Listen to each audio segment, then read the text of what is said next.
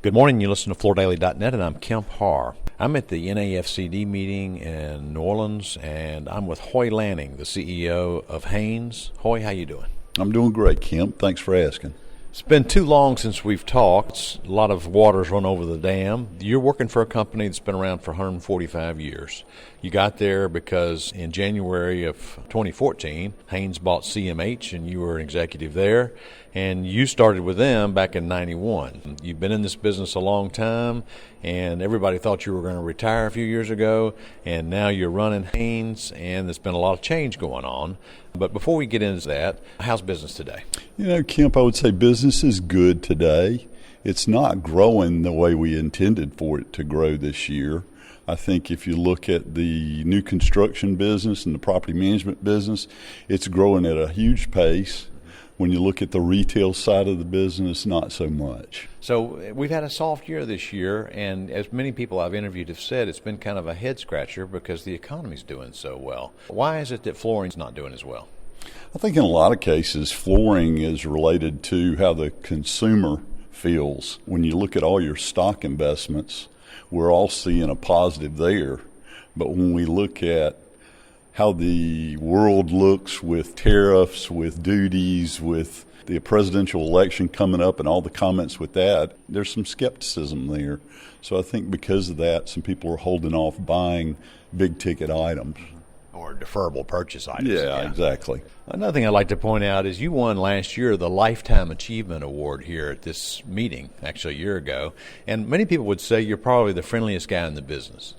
I was very flattered to have received the Lifetime Achievement Award. I'm very familiar with all the candidates that had won that in the past and very impressed with all those guys, so I'm very flattered to have been in that group. Mm-hmm.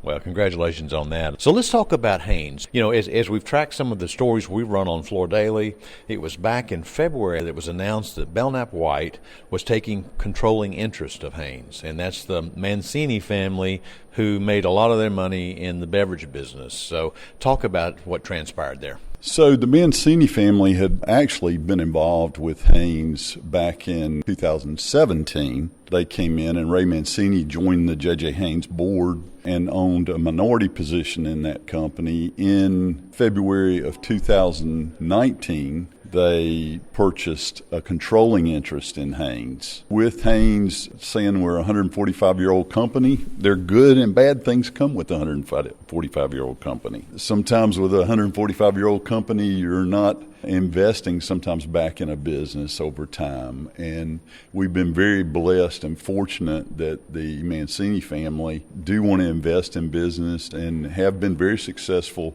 in the beverage business, but they've also been very successful for 30 plus years in the flooring business. And they are a family-run business, but they very much have their hand on the pulse and their eyes on the numbers, and so they've been a great asset to Haines. Everybody on the board today has been in the flooring business except for an attorney, so we're fortunate to have a lot of experience today there. So that gives you the necessary cash to make some of the changes you need to make. But why not just one company? Why keep two separate companies? Well, I think what a lot of us find with distribution is we have different lines, that we have different geography with them. In some parts of the world, as we heard this morning with Alan Beaulieu, he talked about the South is very much a growing population and the world may be different there. So today we have that separation. There are things that we are doing that we do use each other for. On the financial side, we're running both companies together, although keep numbers separately, but have the leadership there. And we do share some inventory when we have like products, which is very positive for us and to help us turn our inventory and maximize that asset. So Dunn Raspberry from the stage yesterday talked about the fact that this is very turbulent times for the distribution business. Do you share that sentiment? Well, I think that the distribution business and all of flooring business has changed tremendously. When I got in this business in 1978, carpet and vinyl, that was the business, and it's changed. And I think in the last few years, we've seen a rise in the growth of Lowe's, Home Depot, Floor and Decor. You've got the shop at home people like 50 Floors and Empire Today and all those guys. So they're making a difference. The internet. We're listening to this talk from the speaker in here about we better shape our business for the millennials. All that's changing our world, and we've got to adapt and figure out how to change with that. So I think as distributors, we're not always thinking that way. We've in the past depended on all of our manufacturers to make those decisions for us, and this day and time we're having to get more involved in that. Actually, you used to be just another layer between the people who made it and the people who bought it. Right. And now you've become your own importer with your own private labels and almost in somewhat a competitor to some of the producers in this country, right? Well, I would tell you that the flooring business has changed tremendously. Yeah. If you look back years ago, I had this conversation with a supplier of ours. They asked me who is my biggest competitor, and I said, it's you.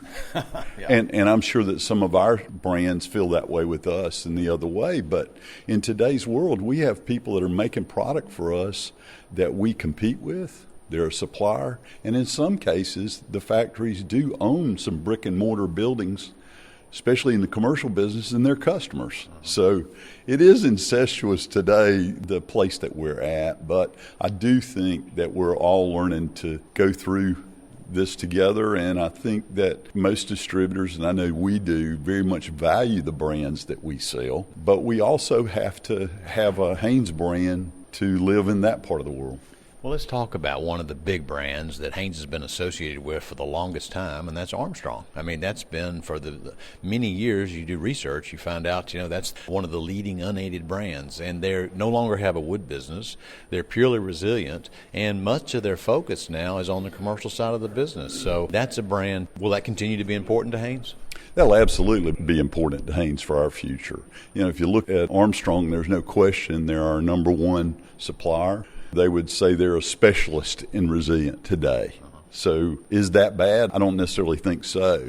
I've been selling Armstrong since 1978, so I'm very familiar with it. Some years I didn't. The world certainly changed for them too. In 1978, the brand was known by 95% of the United States consumers, and it's always been a big brand. I think brands have changed, though. All right, last question. Are we going to see any big changes at Haines in the near future?